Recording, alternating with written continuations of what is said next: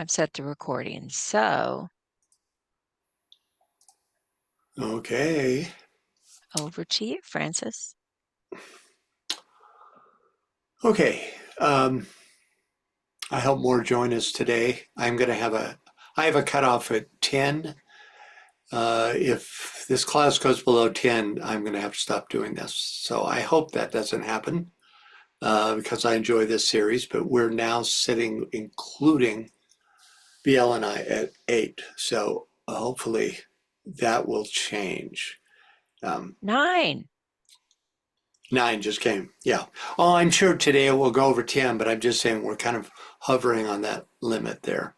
So, because these webinars take quite a bit to put together, and yeah, I need at least 10 people. But yeah, I'm preaching to the choir. You're all here. It's the ones that aren't here I need to be speaking to, right? Anyway, welcome to the 61st webinar on Secret Teachings of All Ages by Manly P. Hall. This webinar series is available on makara.us under the subheadings Māori Federation Webinars and Webinar Series in Progress. Previous episodes of this, The Secret Doctrine, and the Treatise on Cosmic Fire series are also available on YouTube. Just do a search for Francis Donald and the webinar you wish to view. You can join any of these webinars on the homepage of Māori Federation. They have an active webinar panel up here in the upper left-hand corner. And it's just a real quick way, especially if you misplaced your invitation or didn't get one, just go to MaoriFederation.com and you'll find a link right there. Okay, well, this will be our 4th session on the chapter entitled The Zodiac and Its Signs. During our last session, we learned about Zoroaster's cave of initiation, which, according to Porphyry of Tyre, depicted the sun, planets, and the zodiac overhead in gems and gold. And in fact, there are some ancient caves they've known to have been spiritual sites for thousands of years that exist in Persia and are still recognized as such. But no one has specifically identified Zoroaster's cave, but that's not to say that it didn't exist. Then we learned that the sun, either the actual sun or the sun personified by the Christ-like Mithras, was depicted emerging from the back of the Apis bull, in both cases here, throughout the ancient Mediterranean cultures, or a number of cultures that held this belief or recognized this form of symbolism.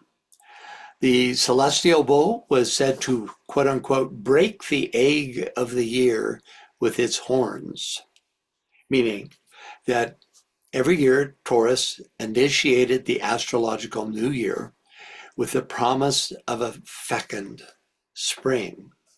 This was also the meaning of Mithras performing the tauroctony, that's the killing of the bull, wherein the blood of the bull, symbolizing the life force of a waxing sun at the spring equinox, fertilized the land. The equinox is here indicated by the equal emphasis placed on the sun and moon. We then took a look at Samson Arnold Mackey's Mythological Astronomy of the Ancients Demonstrated, which described a threefold sequential alternation of the poles, resulting in a great change in the relative position of the equator to the ecliptic. This theory aligns with HPB's teaching, which states that during the second root race, there was a Hyperborean continent located at or near the North Pole that had a tropical climate, a condition that could only exist if the Earth's poles were at a radically different angle to the ecliptic than they normally are, than they are today.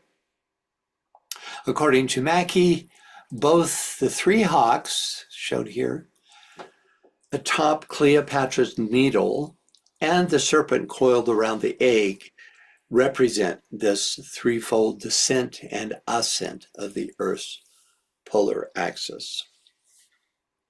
MPH then describes the Abra Akkad Abra, commonly known as abracadabra, which means the bull, the only bull, or simply the one and only solar bull.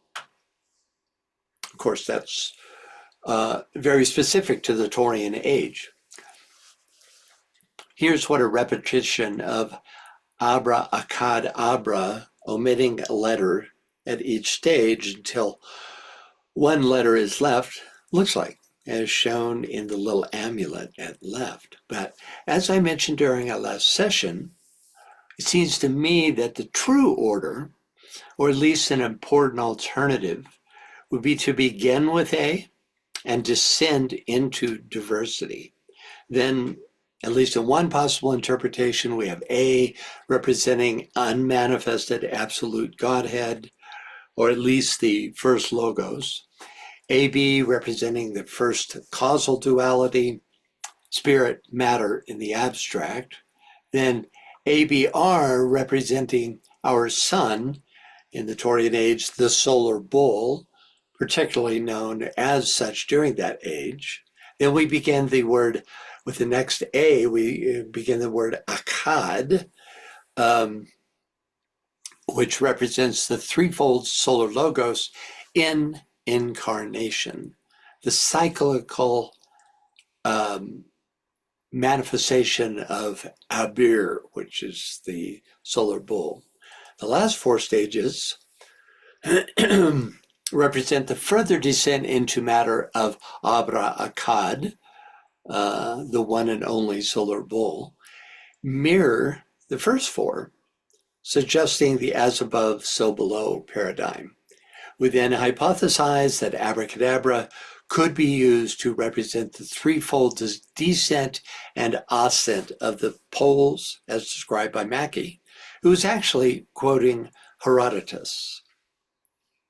Finally, MPH compares abracadabra to the caduceus with this comment: the 11 volvae of the serpent form a triangle similar to that formed by the 11 diminishing lines of the abracadabra,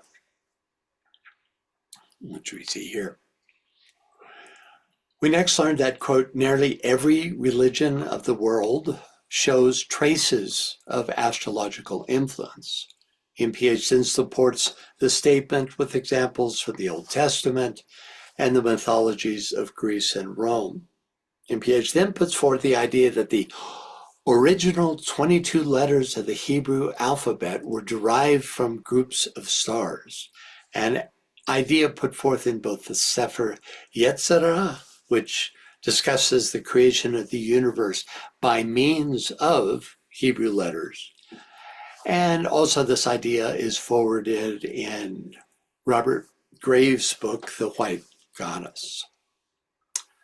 I found MPH's next assertion particularly esoteric. Quote, the starry handwriting on the wall of the heavens referred to words spelt out with fixed stars for consonants and the planets or luminaries for vowels. These, coming into ever different combinations, spelt words which, when properly read, foretold future events. Well, from one point of view, you could just call this the definition of astrology, reading the stars and the planets. But when you look at them actually as consonants and vowels, there's also a different kind of idea that's suggested.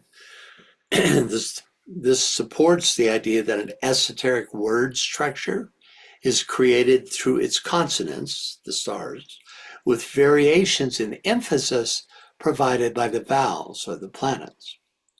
This also sounds like an aspect of Sinzar, the language of the masters and high initiates, whose specific meanings would be part of the secrets of initiation. You would be literally taught how to read the language of the stars and planets. Next, we learned that, quote, 4 of the signs of the zodiac have been permanently dedicated to the equinoxes and the solstices. And while the signs no longer correspond with the ancient constellations to which they were assigned and from which they secured their names, they are accepted by modern astronomer as a basis of calculation. So the beginning degree of each sign in the cardinal cross marks the solstices and the equinoxes, though the actual position of the sun relative to the constellations during the solstices and equinoxes is currently oriented to the signs of the mutable cross. But we ignore that in the reading of the signs and recognize the cardinal cross attributions. MPH then focuses in on Aries, which the ancients associated with the Lamb of God, which taketh away the sin of the world, a phrase now associated with the avatar Jesus, but which in fact existed long before Jesus came along. But, you know, like so many other aspects of the ageless wisdom, around the time of Jesus, they were um, borrowed, you could say, to put it nicely. They were borrowed and attributed to Jesus. You know, that doesn't mean that he didn't also, for instance, perform miracles, but much of what is said about Jesus has happened through previous avatars and in different mystery schools. Here's a perfect example. Okay, this takes us up to where we left off last time. And we'll start this session by rereading. Oh, here's, I really like this painting. This is the painting of Lamb of God, which taketh away the sins of the world. And you can see this terrific alignment here. It's both in landscape mode, you know, where this altar stands behind, you know, in the further distance from the well. But you can also just read it vertically, where you have a direct descent of the dove and the lamb and the altar, and then this pole, the pole of the world, the axis, axis mundi, they call it, into the well, which represents the earth. So it's a particular favorite of mine, by Jan van Eyck. Yeah, so can we get a reader, please, to reread this passage from last time? Okay, Francis, I'm going to start it off. Okay. But first, I would like to say that DK tells us in Esoteric Astrology, page 63, that it's interesting also to note in this connection, due to the precession of the equinoxes, a 4th type of force is brought to bear upon planet and man, but one which is seldom recognized and given due place in the horoscope. The month and the sign, or the place of the sign in the heavens, do not really coincide. When we state, for instance, that the sun is in Aries, it conveys an esoteric truth, Yeah. but not an exoteric fact. The sun was in Aries at the beginning of this great cycle, but it is not exactly the same position today when it is found in that sign. And then I'll add, you know, the precession of the equinoxes. We're just finishing up the age of Pisces and moving into the age of Aquarius. And that means at that point, they're almost 30 degrees. Well, at this point, they're almost 30 degrees apart. But anyway, I Right. just wanted to point that out, that Yeah. esoterically, we use these, the solstices that have been set up with these great thought forms over thousands of years. And That's the reason why, because it's the esoteric truth. So anyway, I just Yeah, want to and point that out. I've always found that to be a really important quote. Isn't that in the first early pages of EA, like It is. 30, It's on page 63. 63? Yeah. It's really important because basically he says that the archetype wherein uh, Aries actually, the sign of Aries actually appeared, quote unquote, behind the sun at the vernal equinox. At that time, that set the archetype, and that the energies hold to that archetype, and that therefore it is valid to use our Western system. Of course, the Vedic system in India uses the actual sign that is behind the sun, which changes everybody's sign from what they would be, well, almost. If you're born on the cusp, it could be the same, but it changes quite a few people's signs. But yeah, thanks for that. It's BL, really important quote. Okay, All right. The summer solstice is regarded as occurring in Cancer, the crab, which the Egyptians called the scarab, a beetle of the family Lamelicorns, the head of the insect kingdom, and sacred to the Egyptians as a symbol of eternal life. It is evident that the constellation of the crab is represented by this peculiar creature because the sun, after passing through this house, proceeds to walk backwards or descend the zodiacal arc. Cancer is the symbol of generation, for it is the house of the moon, great mother of all things and the patroness of the life forces of nature. Diana, the moon goddess of the Greeks, is called the mother of the world. Concerning the worship of the feminine or maternal principle, Richard Payne Knight writes, by attracting a or heaving the waters of the ocean, she naturally appeared to be the sovereign of humidity. And by seeming operate so powerfully upon the constitutions of women, she equally appeared to be the patroness and regulatress, yeah, of nutrition and passive generation, whence she is said to have received her nymphs or subordinate personifications from the ocean, and is often represented by the symbol of the sea crab, an animal that has the property of spontaneously detaching from its own body any limb that has been hurt or mutilated and reproducing another in its place. This is from the symbolic language of ancient art and mythology. This water sign, being symbolic of the maternal principle of nature and recognized by the pagans as the origin of all life, was a natural and consistent domicile. thank you, BL. Okay. Um, by the way, when I mention these books and show photos of them, um, uh, just be aware that if you like the quote, the quality of the books that um, MPH quotes from varies hugely. Some of them are fantastic, really good source books, and others not so much. I'll point that out as we go. Just the ones that are that he indicates during this session.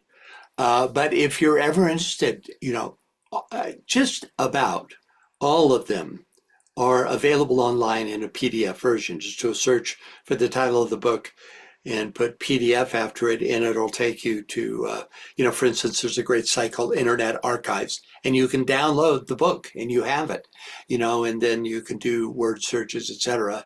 If you really like the quote, for instance, you can read more about it. That's what I do when I'm preparing for these. And like I said, the quality of the books vary, but some of the sources I've been very happy to add to my library.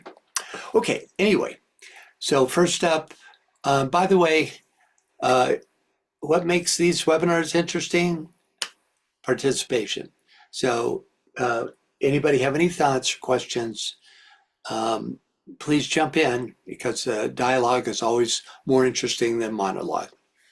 Okay, so first up, the summer solstice is regarded as occurring in Cancer, the crab, which the Egyptians called the scarab, a beetle of the family Nemelicorns or Nemelicornis, the head of the insect kingdom and sacred to the Egyptians as a symbol of eternal life.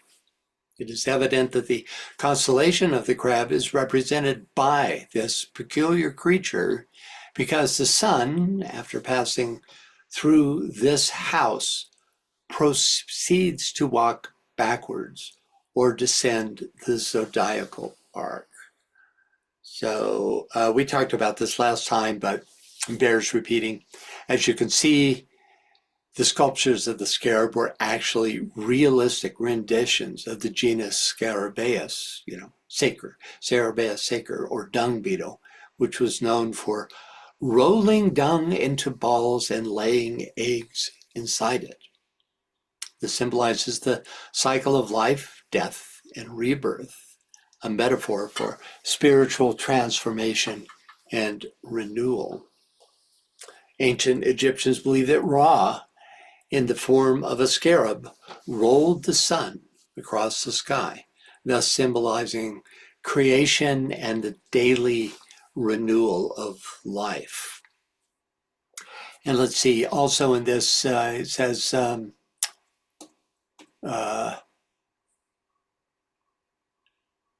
after passing through the house, proceeds to walk backwards. That's obvious because the meaning is obvious because at the summer equinox, then the sun descends in brightness towards the winter. I'm sorry, yeah, towards the winter solstice. That's right. So it appears to, quote unquote, walk backwards.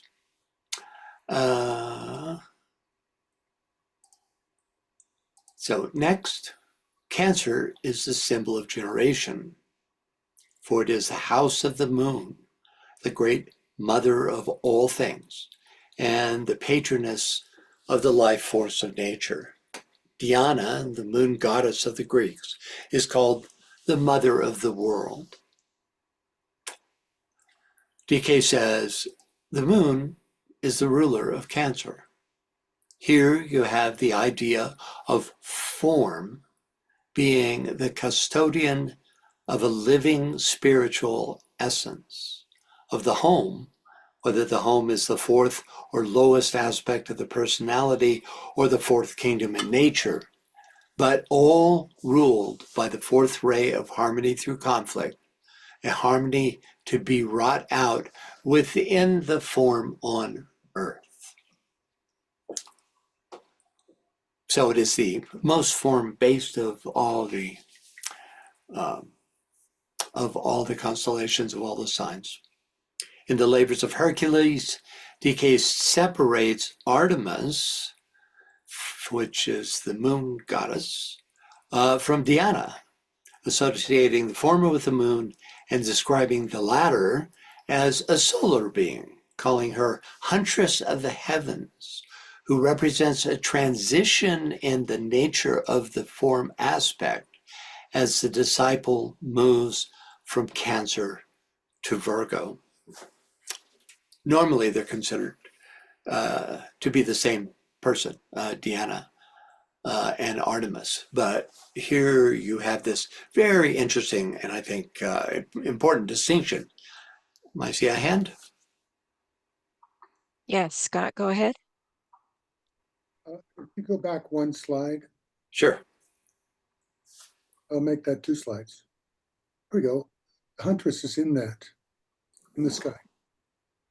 Oh yeah, look, there she is. Yeah, right. There's acknowledging the Yeah, dualism. I'm sorry, acknowledging what? The dualism of the moon and huntress Diana. Yeah. Yeah, thanks for pointing that out. By the way, all these little symbols are meaningful. I've seen some commentary on these, not much, but you can find if you do a search online, you know, for the symbols that are portrayed in these bush art um, cards or paintings. Francis, Yeah. I'll put a link in the chat because I found a link of a translation of Jafra's own comments on. Oh, that's great. In fact, I'll pick up on that link as well. That's great. Yeah. And he, I wonder if he comments on these little symbols or if it's just a general commentary. I look forward to reading. No, he comments on some of the many of the symbols that are in there. He Mhm. does He on does. each one. Cool. That's great. So Cool. I'll find it and put it in the thing, the chat. All right. Okay. Next, we have the quote from Richard Payne Knight's Symbolical Language of Ancient Art and Mythology. This is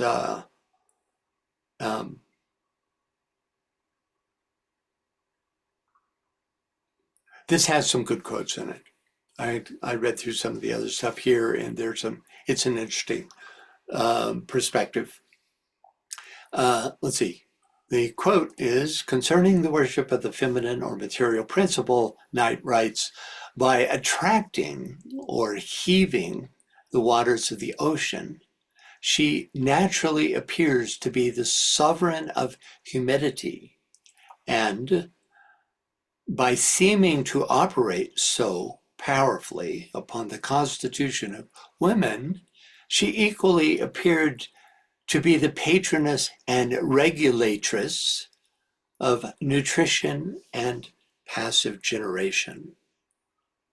So without exception, every goddess of the mystery schools of the ancient world, took me a while to realize this, but it's true, represented some aspect of the Divine Mother, from Isis to Aphrodite, Inanna to Freya, Hera to Demeter, Lakshmi to Parvata, all personify some particular quality or qualities of what the Hindus call Mula Prakriti, the shining sea of substance.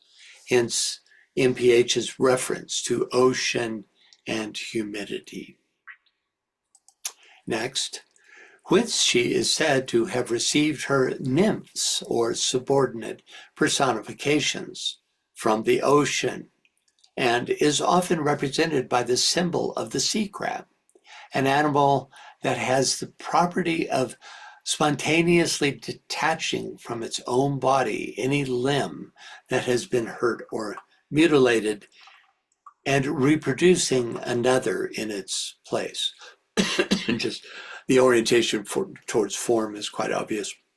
I found the passage in symbolical language immediately following that quoted in the text to be even more descriptive of the powers of the moon.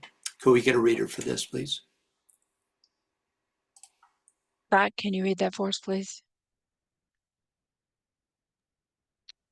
As the heat of the sun animated the seminal particles of terrestrial matter, so was the humidity of the moon supposed to nourish and mature them. And as her orbit was held to be the boundary that separated the celestial from the terrestrial world, she was the mediatrix between both, the primary subject of the one and sovereign of the other, who tempered the subtlety of ethereal spirit to the grossness of earthly matter,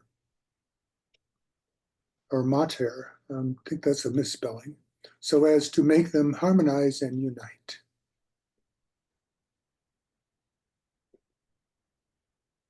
Yeah, it is. It's supposed to be matter. Thanks, Scott. Mm-hmm.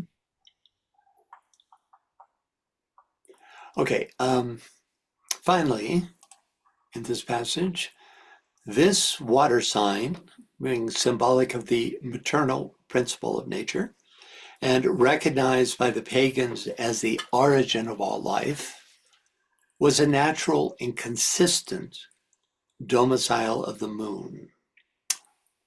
As we discover in the book Esoteric Astrology, Cancer is actually predominantly ruled by Neptune, and the moon acts as a veiling agent for that planet. Can we get a reader, please? Yes. Anne, can you read that for us, please? Oh, yes, she's gone. And Veronica, can you read that for us, please? Yes.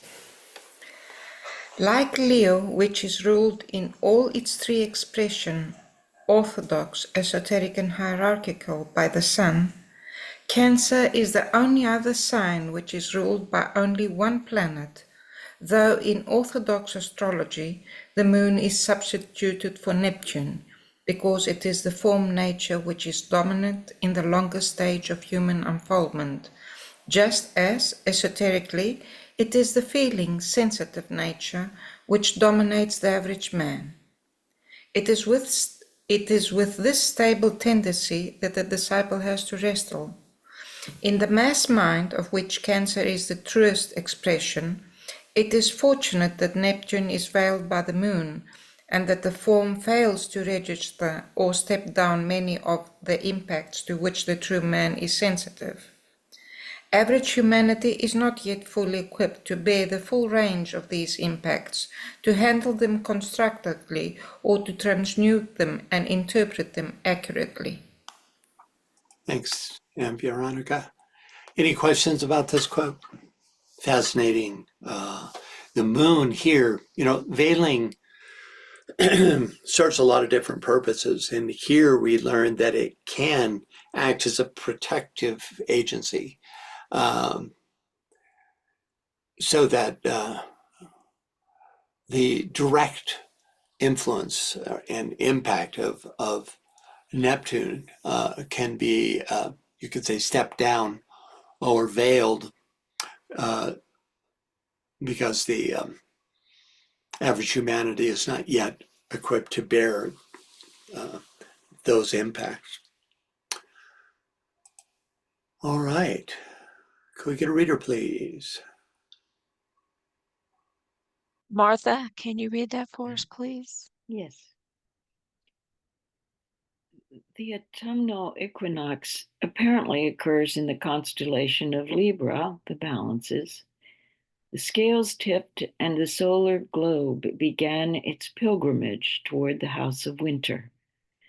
The constellation of the scales was placed in the zodiac to symbolize the power of choice, by means of which man may weigh one problem against another. Millions of years ago, when the human race was in the making, man was like the angels, who knew neither good nor evil.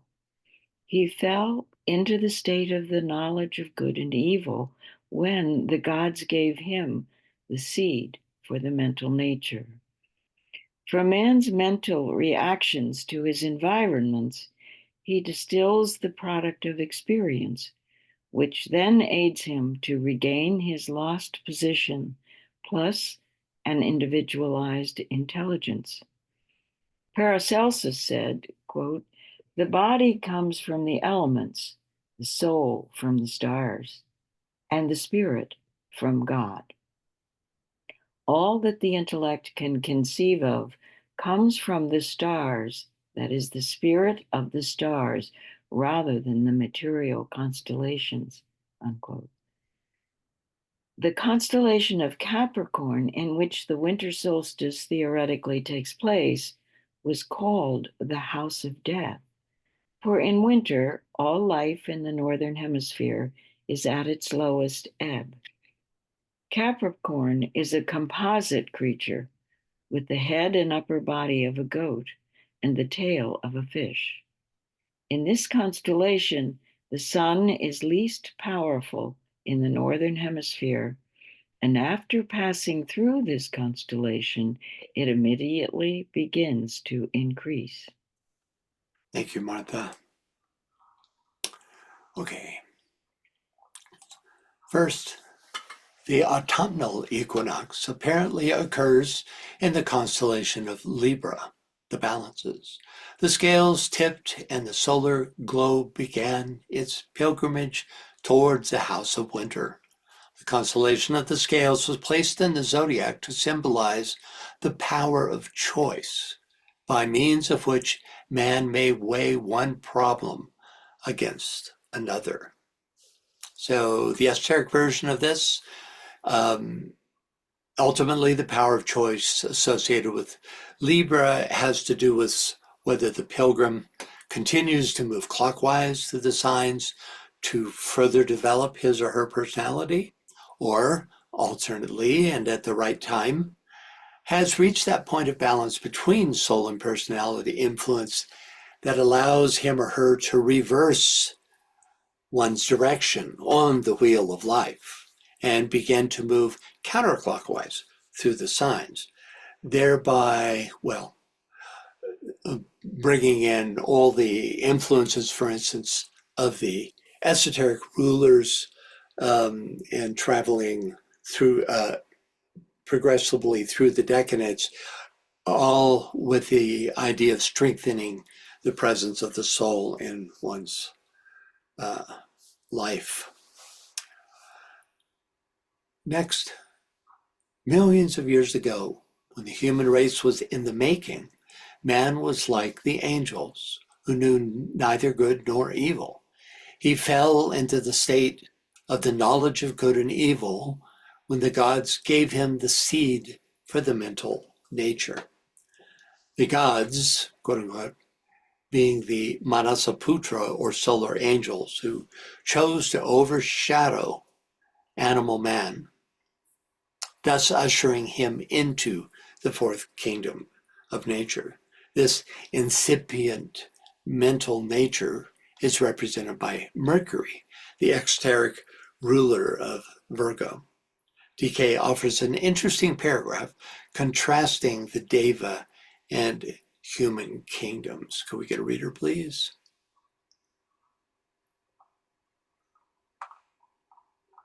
Vivian, can you read that for us, please? The fourth creative hierarchy, that of the human monads, has to learn to vibrate positively, but the devas proceed along the line of least resistance.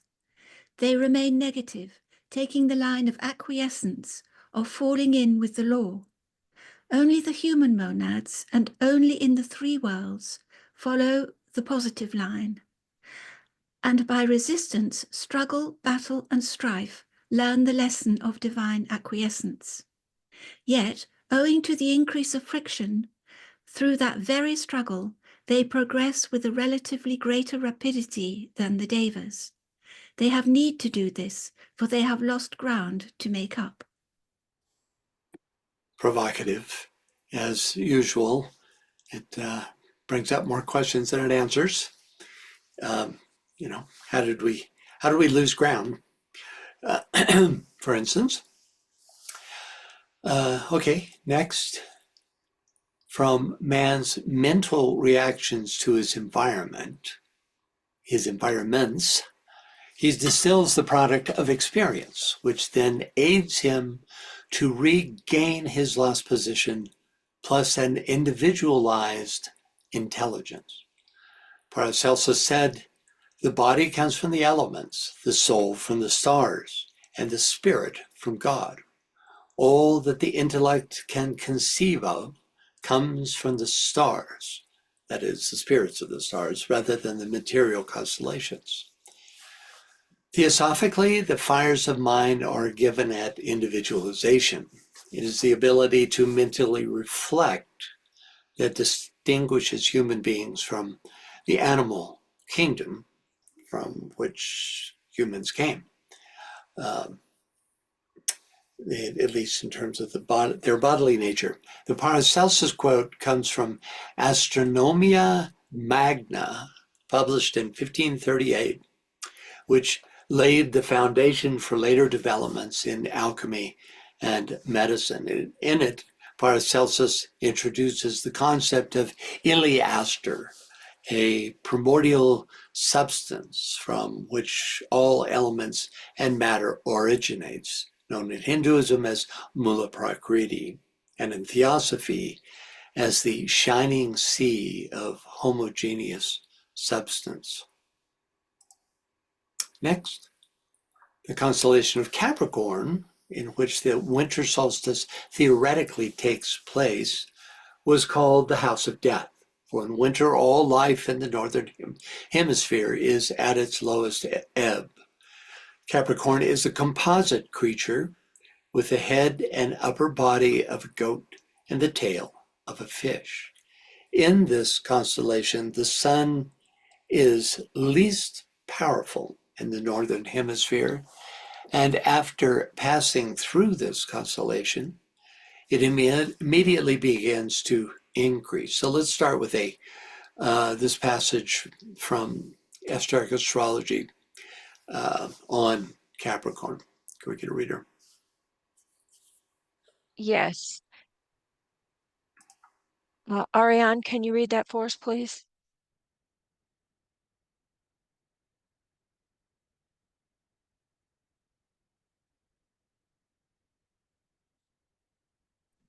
Let me try. I'm having trouble seeing it doesn't come up for me. I'm so sorry, the image. Oh, there Okay, it then goes. we'll get, Yeah, I've got it. I've got it. So from the top, first of all, Yes. Capricorn is an earth, and in it we've expressed the densest point of concrete materialization of which the human soul is capable. Secondly, Capricorn is ever the sign of conclusion. And of this, the mountaintop is frequently, though not always, the symbol, for it marks the point beyond which further ascent in any particular life cycle is not possible. Capricorn is, therefore, the sign of what has been called esoterically periodic arresting. Progress becomes impossible under the existing forms, and there has to be the descent into the valley of pain, despair, and death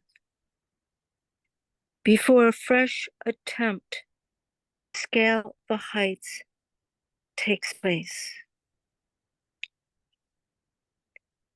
Thirdly, Capricorn is, as a consequence of all the above, the sign in which is inaugurated a new cycle of effort. Whether this effort is in connection with the individual man or with the initiate. Effort, strain, struggle, the fight with the forces native to the underworld, or the strenuous conditions entailed by the tests of discipleship or initiation. These are distinctive of esoteric astrology, pages 158 to 159. Thank you. Any thoughts about this? Any comments? Yeah, neither DK nor MPH talk about this symbol of Capricorn with the quote unquote fish's tail and the goat's head. One thing we can draw from it is that it represents the Cancer Capricorn axis, because with Cancer as a water sign, you have the water creature as its lowest point. And then at the top, you have, of course, the goat, which ascends to the mountaintop. So that's one, probably not by any means final meaning for this very enigmatic figure, but nonetheless, And I see somebody who might be able to shed some light on this, but could we get some hands, please? Bianca. Okay. First was Ariane. Please go ahead. Yes, I just want to say that this is such a pertinent, relevant passage. And, it illuminates what is happening in the US, and that in a hyper-materialistic nation that is undergoing corruption in many of its realms due to the undue focus on the physical, the mountain, instead of the invisible realms, or on the horny goat for that matter, instead of the goat's capacity to overcome his animal nature. That the US is undergoing like a crisis point in which we may be forced to pay our karmic debts finally. And it's as terrifying as that is for those of us who maybe live on the edge already economically, or there's so much precarity in the US due to gross economic disparity. We understand, we need to know that all is a lesson of love, and that despite what happens to us, I mean, the soul doesn't care much about the body or longevity, that despite what happens to us, we as a nation also have an evolutionary trajectory, group karma as a nation in the US, and that we have to come into an awareness that we can no longer exist as privileged in a sea of despair, poverty, gross, not only gross economic disparity, but this kind of injustice that watches on silently, complicit in, mass migration, in the refugees fleeing the violence, much of which we've created, or the economic and environmental disruption and catastrophe. And so he's talking about that. It's not just metaphorical, it's just a process that we all undergo. We undergo it even when we age, as the car falls apart, the body is going to start to devolve. And we could witness that. Yeah. And separate, detach. Yeah, some good points. What is it, that quote, let the happenings of, no, and let it stand reveal the love which underlies the happenings of the time, that we have to really have faith in the plan, when in times like this. And I thought those were very good comments, about the US and this stage. Yeah, good thoughts. And Okay. next. Scott, please go ahead. Yeah, 2 points that come to mind, minor points. The particular glyph that's used for Capricorn that kind of combines the goat and the fishtail there. Right. It's called by DK one of the secrets of initiation. It's never been drawn correctly because it lets in too much power of some sort. Right. I thought was quite interesting because it is the most mysterious glyph. The other being that, interestingly enough, one of the things that's in the world, this world anyway, these days, is the acronym GOAT. Oh, yeah. Greatest of all time. Yeah, yeah. Usually applied to, I think, in sports, but could be elsewhere. So I think that's pretty interesting. Of course, I never thought of that. Yeah. Yeah, that's interesting. Yeah, another thing DK says about that symbol is that it's purposely not drawn correctly. right. Yeah, because, and then as you say, as you indicate, that if it was, it would bring in way too much power. So yeah, so many things. Do we just get the tiniest hint at what's really going on? That's an example of it. Okay, next hand. We have, hold on. Joe, let me read some comments first, and then I'll get to you. Okay. Greg says, and yes, our country, the U.S., is such a young nation. It is tricky to try and interpret anything. We're barely 245 years old. And compared to the many other influential materialistic nations throughout the world, like the UK, Switzerland, China, and others. So he's just emphasizing the points. Yeah, good point. And it also, it could be that we turn the corner here and this becomes a cautionary tale. These times become, the coming election becomes a cautionary tale that we avoided by this, the consequences of which we avoided by the skin of our teeth. And then we have we still have some life left, in terms of developing the all of the, well, what's called the democratic experiment, right? So good comments there, Greg. Yes. Next. Okay, Joe. Joe, you had your hand up. Please go ahead. Thank you. First of all, I'm really enjoying this conversation. I had the opportunity while it was happening to look at this passage synthetically, and I just want to note this for us all. First of all, we're dealing with earth, just a place, a ground. Secondly, it's a sign of conclusion, and over the last approximately 20 years, we've had the most concluding sign of planet, if you will, Pluto, traveling through. And right now it's in Capricorn, but it's moving into Aquarius shortly, before the end of the year. What we're looking at is a long period of purification. And then we see the third part, which is the sign of inauguration of a new cycle of effort. And I just want to leave with a hope sign, a sign of hope.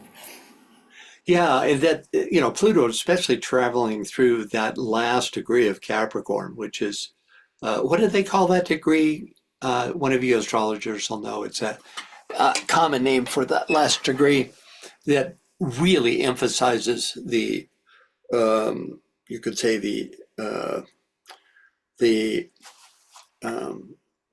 not exactly the death, but the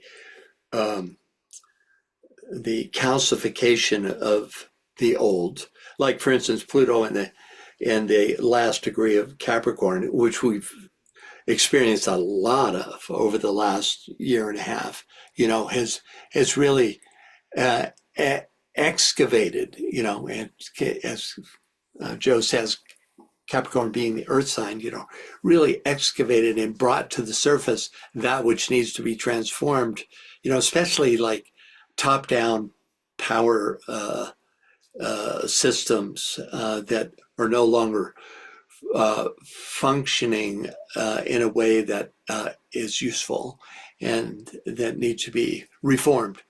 And so that move into the first degree of Aquarius is a radical shift in the orientation of Pluto. And I think that's relevant here because it does bring up the nature of Capricorn. Francis? Yeah. Yes. Anaretic degree, and Anaretic. it can be considered malefic, but it also can be considered a critical degree, and the learning the lesson of that sign so you can spiral up if you're headed in the right direction. So, but yeah, anaretic degree is the technical term for it. And that's often what malefic means, isn't it? It's like, it's from a personality point of view, it's malefic because it causes difficulty and pain, but at the same time, the lessons are given and learned, that need to be incorporated before you can move on. Absolutely. The School of Hard Knocks teaches Yeah, us the best that's my school. lessons, doesn't it? Okay, Ariane, go ahead. Yes, I just want to respond to the comment in the chat. So Benjamin Crumb, one of my teachers, he had said that America has a special role to play. It's not only an experiment in diversity, and the age of Aquarius is the time of unity and diversity. And you can see how close to it, there's so much tension. I just had to attend a Arab-Israeli forum, related to my work, my professional work at any rate. So everything's always on like the edge of falling apart and people hating each other. And then when there's like this tension that is sustained and held, people feel just like something has been transformed in themselves because they witness that something within themselves, surviving that tension. Yeah. And so if Benjamin Crumb said the soul of America is second degree, second ray, Yeah. not second degree, second ray of love, wisdom, and our personality for this nation is sixth ray, just like Russia. And that's why we have so much conflict, because we're so ideologically rigid. And that has to go. And the sixth ray is passing out of this planet, out of this solar system. And it's based on desire.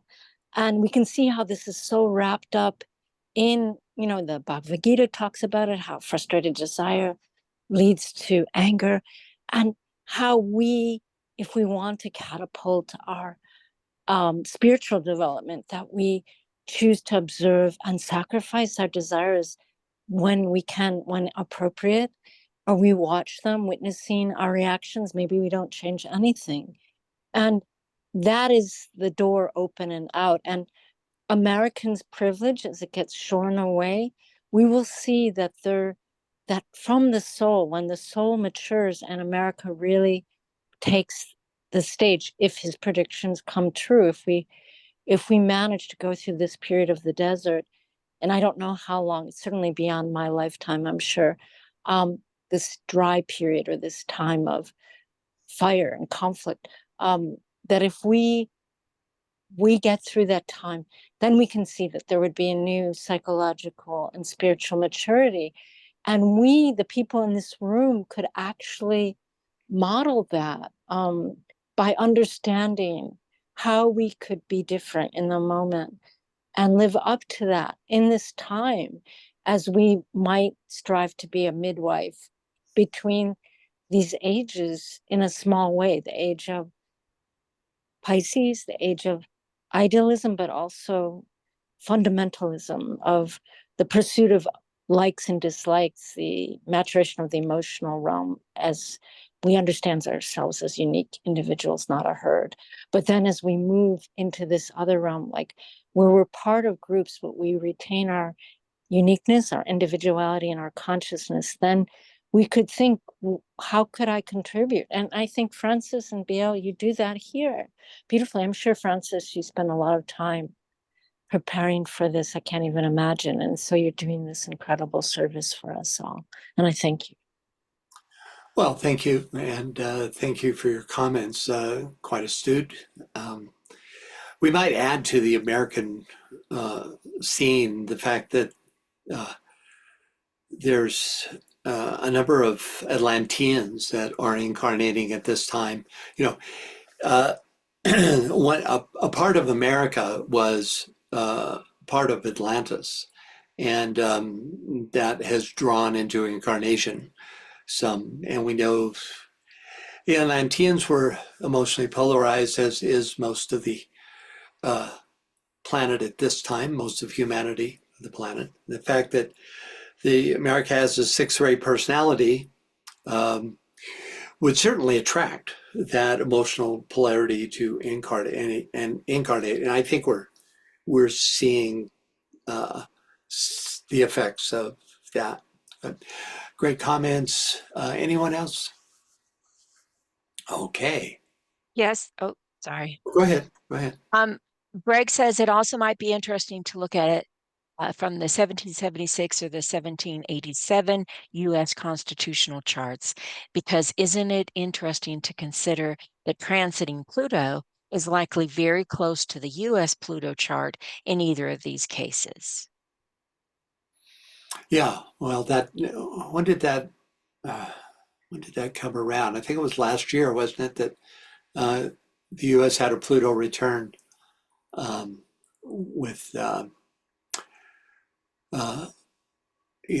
the astrological community had a lot to say about what that might mean, the Pluto return. So, yeah, thanks, Greg. Anyone else? Well, I just want to add, I'm typing it in the chat right now.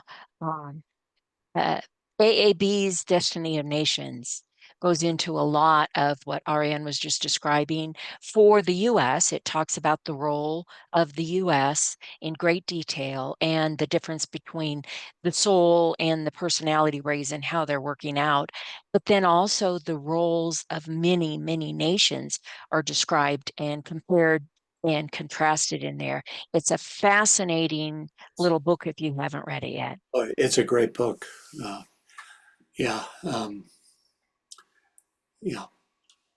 It's all aspects of it.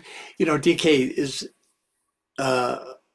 usually not what you might call topical. That is, dealing with physical plane existence. And that book very much takes in hand the qualities of not all the nations, but a significant number, where he gives the ray attributions and talks about, has very marked opinions about the how these nations and their rays have interacted with other nations through the ray qualities. It makes associations that you wouldn't normally make. Yeah, I consider it a must read. It's a short book, so it's a good read. Anyone else? That's all I see for right now. Okay, so before turning the page in the folio edition of the Secret Teachings, let's take a look at the illustration in the center of page 54. Could we get a reader for the text beneath that illustration? By the way, I took this from the original source. It's quite a bit better resolution than the one that appears in STOAA. Trudy, can you read that for us, please? Can you hear me? Yes. The pagans believed that the zodiac formed the body of the grand man of the universe. This body, which they called the macrocosm, the great world, was divided into 12 major parts, one of which was under the control of the celestial powers reposing in each of the zodiacal constellations.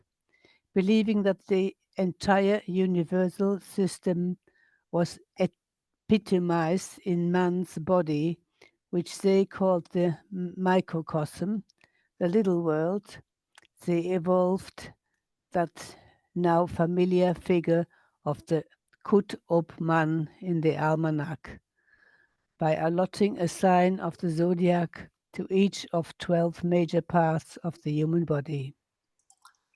Thank you. Okay. The illustration comes from Margarita Philosophica, written by Gregor Reich in 1525. The text in the illustration is in Latin, but the graphics pretty much indicate what parts of the body are ruled by each sign. So could we get a reader just to read the caption here at the bottom? And I'll go through the slides. I'll go through 12 slides. You just read the 12 captions. Reader for that, please. Okay, Greg, can you read that for us, please? Yeah. Aries, head, face, brain, and eyes. Okay, hold it. There's an echo, so Okay, I'll sorry. read it. I'll go ahead and read it. I'll go ahead and read it. I think she fixed the echo. head. Okay. Usually when I turn off my audio, the echo goes away. So let me turn off my audio.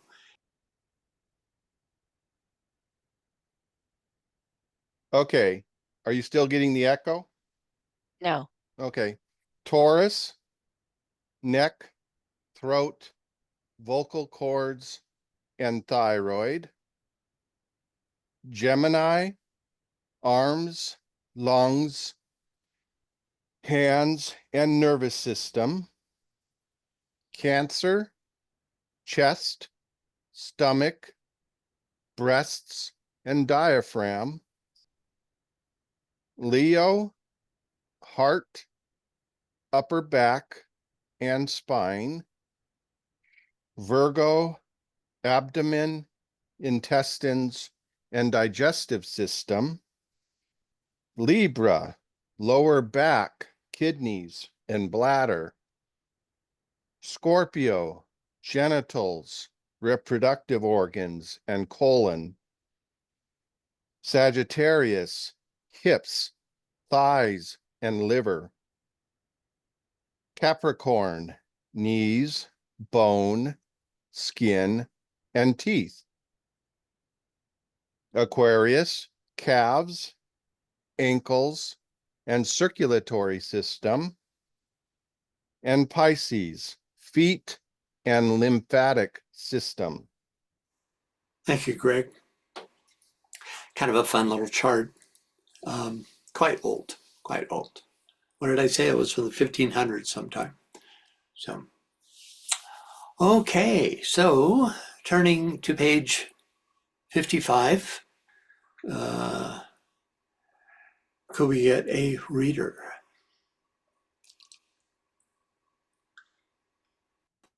Fred, can you read that for us, please?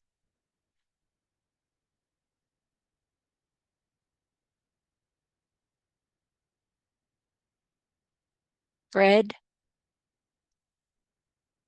Usually takes him a minute to unmute, so give him a minute. Okay, can you hear me? Just Yes. barely. In this constellation,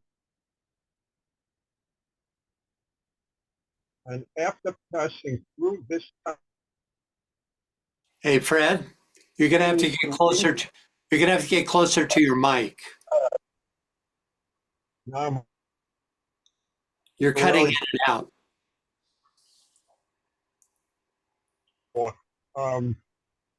since the Greeks said that Jupiter, a name of the sun god, was suckled by a goat, a new and different side light on zodiacal symbolism is supplied by John Cole in a treatise on the circular zodiac of Peniera in Egypt. The symbol, therefore, of the goat rising from the body of a fish, Capricorn, represents with the greatest propriety the mountainous buildings of Babylon rising out of its low and marshy situation. The two horns of the goat being emblematical of the two towns, Nineveh and Babylon, the former built on the Tigris and the latter on the Euphrates, but both subjected to one sovereignty. The period 2,160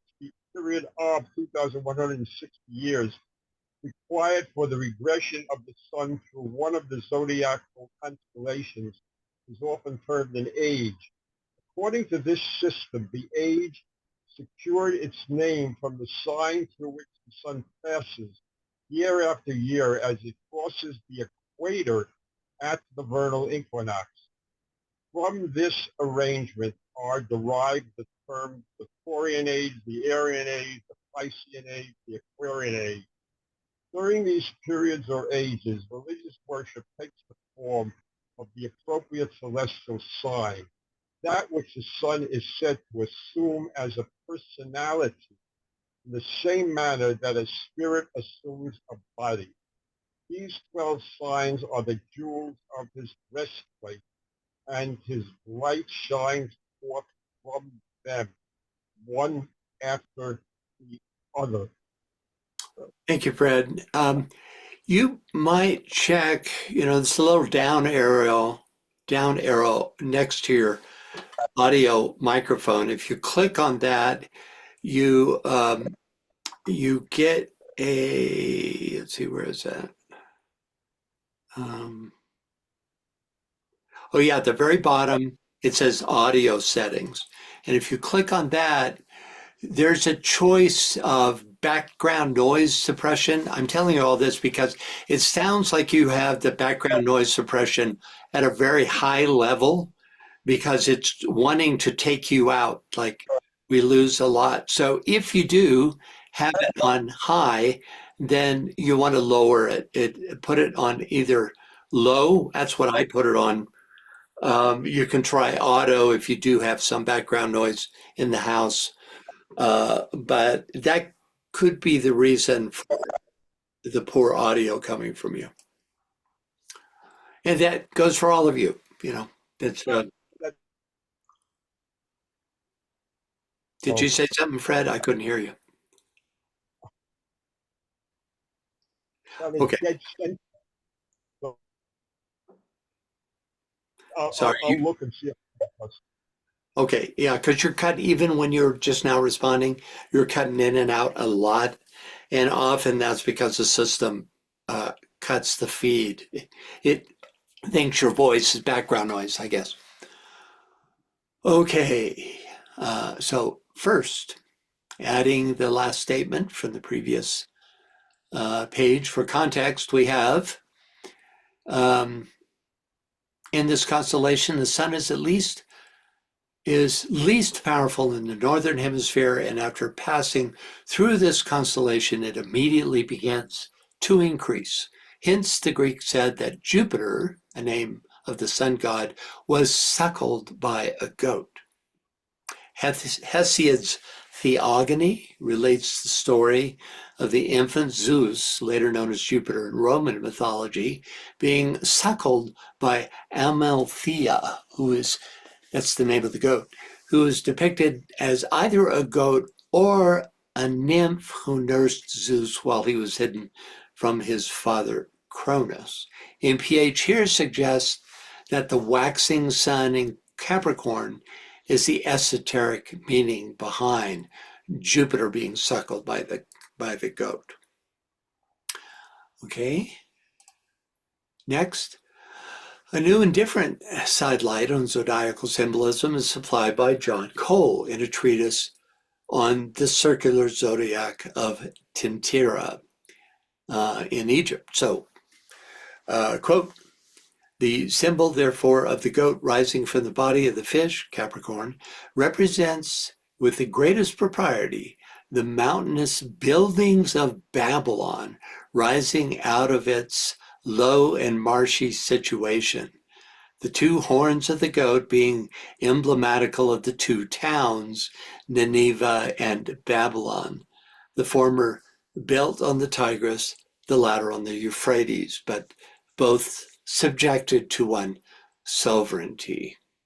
So it was hard to read that with a straight face, but here we go. Here's John Cole's a treatise on the circular zodiac of Tintira in Egypt.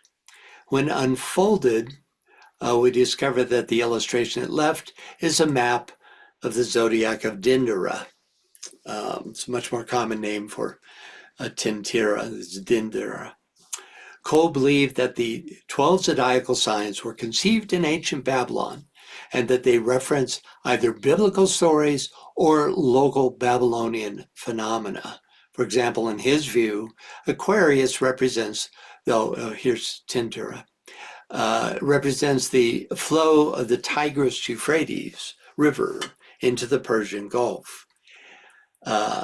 In a passage on the symbols used in the zodiac and Dindra, Cole says, hence we may esteem the visions of Daniel and the revelation of St. John as the most accurate accounts we at present possess of the significations of the Babylonish symbolical imagery, and may consequently use those holy books for the explication of this and following emblematical figures. So in my estimation, this is just another example of how certain authors chose to see Christian and biblical origins in not only the zodiacal signs, but in all the ageless wisdom teachers, right? Which in my view disregards not only their symbolical significance, but also the much earlier origins of these signs. Remember when I was saying there's some really great books that are brought up through MPH? This is pointedly not one of them.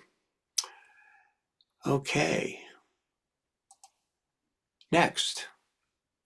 The period of 2160 years required for the regression of the sun through one of the zodiacal constellations is often termed an age.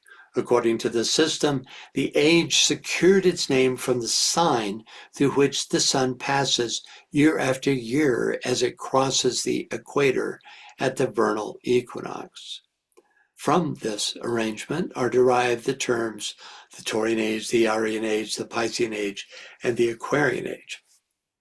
So a couple of sessions ago, we talked about how the sun's relative position to the zodiac slips just less than a minute of arc every year, resulting in a westward drifting along the ecliptic of the positions of the equinoxes, resulting in the precession of the equinoxes, which is responsible for the 12 zodiacal ages, okay?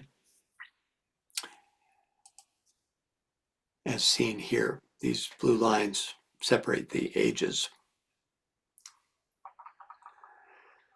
And finally, during these periods or ages, religious worship takes the form of the appropriate celestial sign, that which the sun is said to assume as a personality in the same manner that a spirit assumes a body. These 12 signs are the jewels of his breastplate, and his light shines forth from them, one after the other. Okay, so as a bit of a perspective problem here. Since the zodiacal ages, as we know them, only exist on Earth, occurring as a result of the wobble or circular cycle of Earth's North Pole, the idea that they represent a series of solar incarnations is colorful but inaccurate. Nonetheless, it's true that humanity has viewed the nature of the sun through the lens of each age and interpreted the sun's qualities in terms of the symbolism associated with the signs and ages. But we know from decay that actual solar systemic incarnations are in fact infinitely longer in duration. HPV puts the figure at 311 trillion 40 billion years. However, from an earthly perspective, the zodiacal age can be seen as the energies of the constellations reflected through the prism of the sun, thus bringing to life the ray energies associated with each of the signs. This is, largely review. He himself in his text has reviewed what he stated earlier in this chapter. Okay, next up, could we get a reader, please? Can you read that for us, please? Who did you say? And Oh, okay.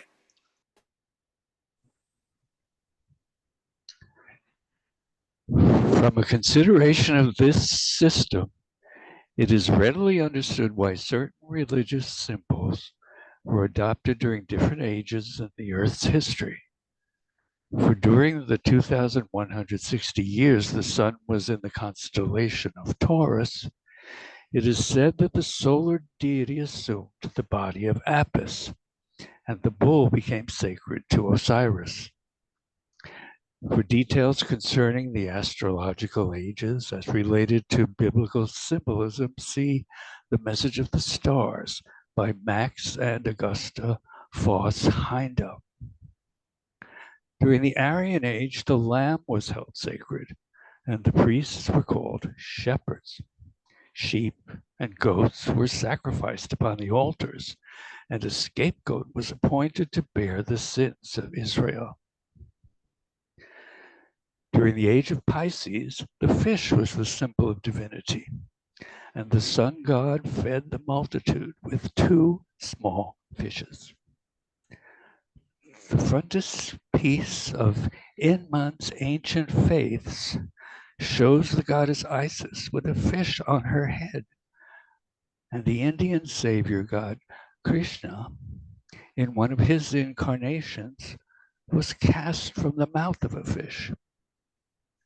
Not only is Jesus often referred to as the fisher of men, but as John P. Lundy writes, the word fish is an abbreviation of his whole title, Jesus Christ, the Son of God, Savior, and Cross. And as St. Augustine expresses it, if you join together the initial letters of the 5 Greek words, Jesus Christos Theou,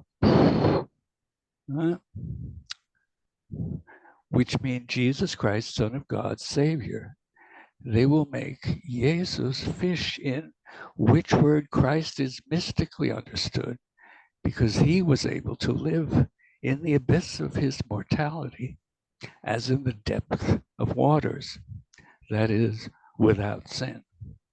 Monumental Christianity. Many Christians observe Friday, which is sacred to the Virgin Venus, upon which day they shall eat fish and not meat. The sign of the fish was one of the earliest symbols of Christianity, and when drawn upon the sand, it informed one Christian that another of the same faith was near. Thank you, Ben. Kudos on the Latin, by the way. Okay, first, from a consideration of the system, it is really understood why certain religious symbols were adopted during different ages of the Earth's histories. For during the 2160 years, the Earth was in the constellation of Taurus. It is said that the solar deity assumed the body of Apis, or Apis, and the bull became sacred to Osiris. Well, you know, this is definitely repetition. He's given us these ideas before, but we can work with that. G.R.S. Mead describes the connection between Apis and Osiris. Quote, the majority of the priests say that Osiris and Apis have been woven together into the same name, Serapis, explaining and teaching that we should look on the Apis as an informed image of the soul of Osiris. The sculpture is quite interesting, you know, showing the Egyptians' ability for abstract thought. You know, this isn't obviously not representational, you know, of some God walking around, right? It's all about attributes. This passage describes how exact the physical signs had to be before a young bull was recognized as Apis, who, once the signs were found to be present, was then regarded as a solar incarnation. Could we get a reader, please? Yes, I'll read. It was necessary that he, the bull as candidate for the solar incarnation as Apis, should be black, with a triangle of white on his forehead, a white spot in the shape of a crescent on his side, and sort of knot like a beetle under his tongue. When one was found, he was fed 4 motues in a building facing the east.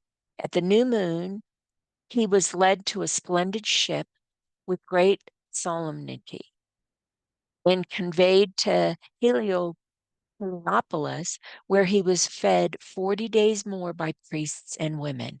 After this, no one was permitted to approach him. From Heliopolis, he was taken to Memphis, where he had a temple, 2 chapels to dwell in, and a large court for exercise. He had the gift of prophecy. The omen was good or bad as he went into one chapel or the other. Notwithstanding all this reverence, he was not suffered to live beyond 25 years. His death caused universal mourning. He was an important symbol in the mysteries of Isis. Sorry, I didn't get around to correcting this. Yeah, it's fascinating, isn't it? I mean, would you just imagine how difficult it was to find a bull that would have each of these? I mean, some of them would be easy. It's got to be black. But just to start with the triangle of white on his forehead, well, that cuts it down quite a bit. But then a crescent, an addition, a white crescent on his side, and a sort of beetle, a knot like a beetle under his tongue. You know, that gets very specific, and you have to believe that indeed there was some inner side magic that allowed such a beast to be born and recognized. It reminds me a little bit of the Tibetans' recognition of a tulku, where